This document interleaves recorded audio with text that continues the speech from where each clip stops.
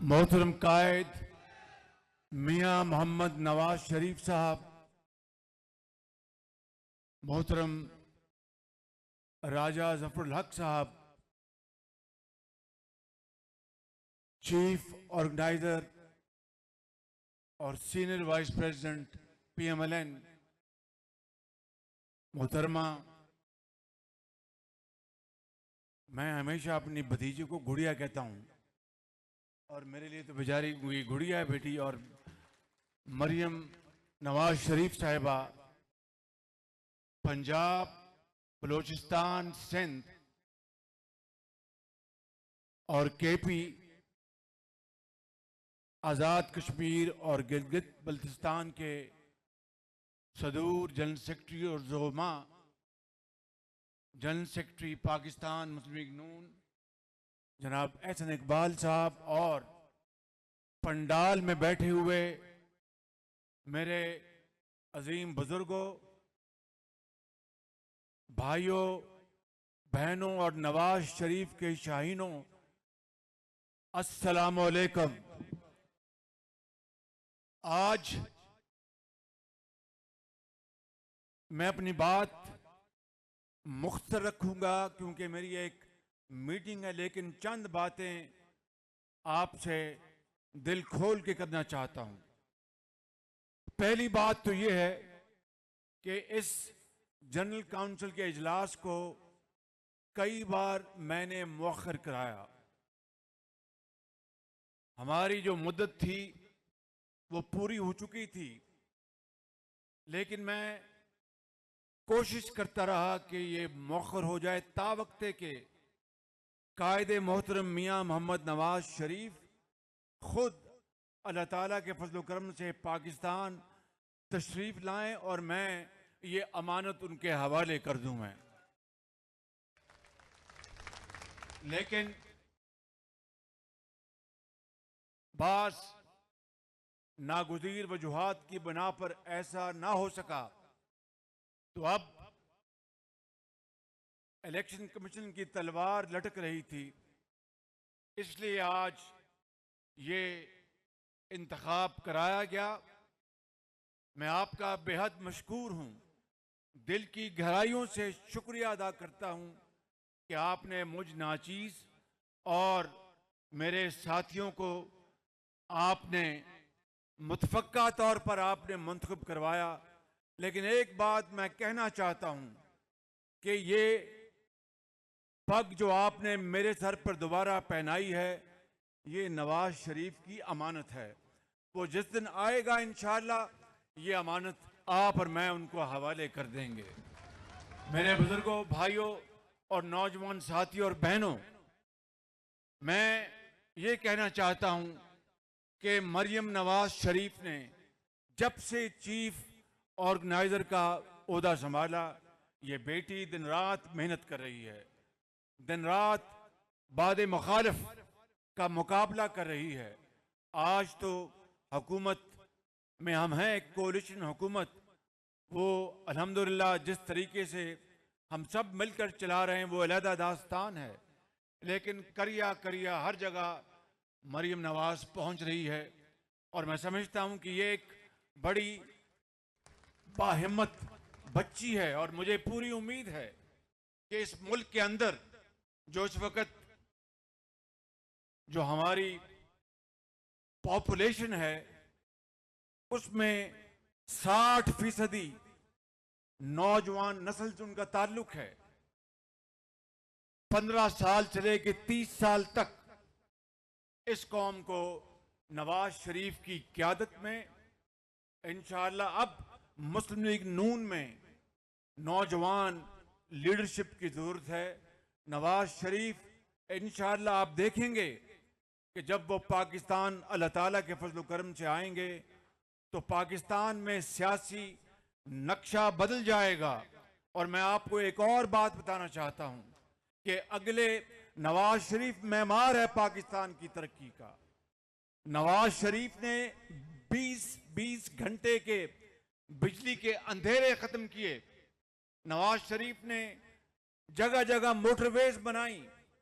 नवाज शरीफ ने पाकिस्तान की ज़राअत और सनत की तरक्की के लिए दिन रात मेहनत की, तो आज उनकी जो इस वक्त वो लंदन में है, उनकी गैर मौजूदगी में आपने जिस तरह मुसलसल जदोजहद की, कारकुनान ने, MNS ने, MPs ने, बुजुर्गों ने, भाइयों ने, बेटियों ने, नौजवानों ने जेलें काटी।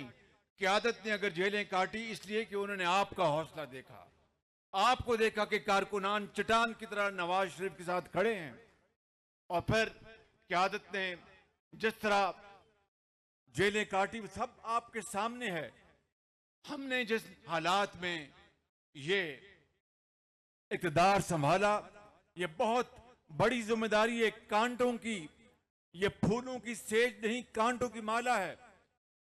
मैं कहना चाहता हूं कि इन शदीद चैलेंजेस में और मुश्किलात में जनाब इसहाक डार साहब, और ये कोई उनकी मुंह पे तारीफ नहीं, वो यहां पर मौजूद नहीं है, मेरा ख्याल चले गए, उन्होंने वो दिन रात मेहनत कर रहे हैं। मैं आपको ईमानदारी से कहता हूं, हर आदमी के अपने ख्यालात होते हैं। कोई कहेगा जनाब इसको इस तरह कर दो, इसको इस तरह कर दो, लेकिन उनकी मेहनत पर दो राय नहीं, उनकी अमानत पर दो राय नहीं, और दिन रात वो मेहनत करते हैं, रातों को जागते हैं। IMF का मामला चल रहा है, हमने IMF की शराइत मंजूर करने के लिए हम उल्टे सीधे हो गए हैं, क्योंकि पाकिस्तान का अजीम तर मफाद इस बात का तकाजा करता है कि शॉर्ट टर्म में हम IMF के साथ मुआहदा करके मुल्क को तरक्की की तरफ हम लेकर चलें। मैंने, नवाज शरीफ ने, आपने, हमारी पार्टी ने अपना सियासी सरमाया झोंक दिया, सियासत नहीं की, रियासत को बचाया, खुदा की कसम। और इतने मुश्किल हालात में ये कोई आसान फैसला नहीं था। महंगाई ने अवाम की कमर तोड़ दी, क्योंकि दुनिया में तेल की कीमतें आसमानों से बातें कर रही थी, दुनिया में जो कमोडिटीज की कीमतें आसमानों से बातें कर रही थी, लेकिन हमने हिम्मत नहीं हारी।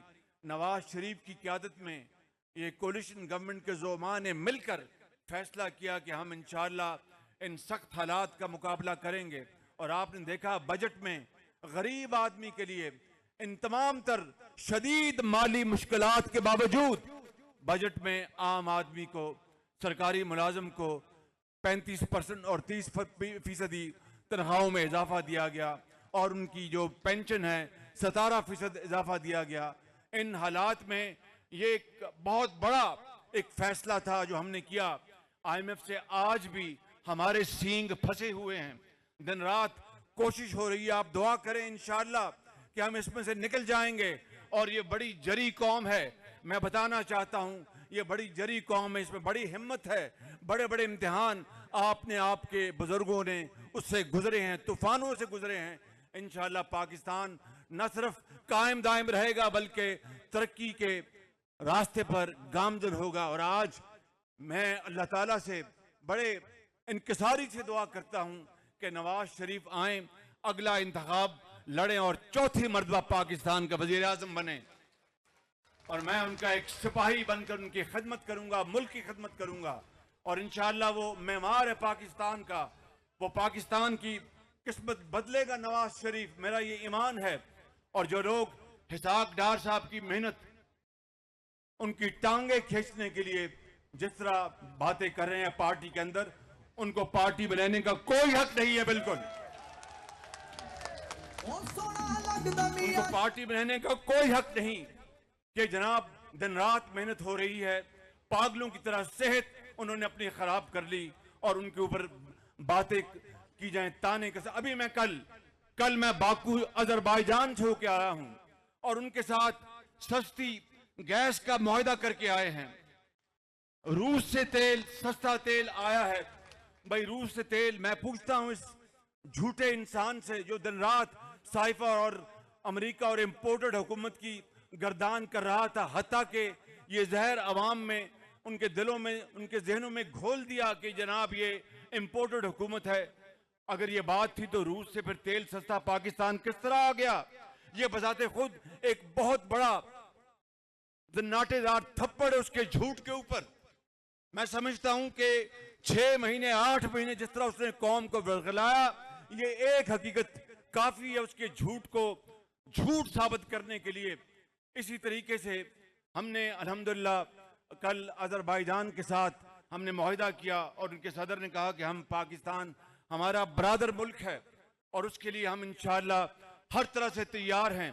मैं यहाँ पर यह भी कहना चाहता हूँ कि नवाज शरीफ की कश्मीर पॉलिसी, इन्होंने क्या किया, इमरान नियाजी ने कहा कि नरेंद्र मोदी कामयाब होगा तो पाकिस्तान के लिए बहुत फायदा होगा, और कभी एक दिन वहां से इंपोर्ट्स खोल दी और फिर अगले दिन बंद कर दी और नरेंद्र मोदी के गीत गाए। हमने तो नरेंद्र मोदी के गीत नहीं गाए, हमने तो नरेंद्र मोदी की तारीफ नहीं की।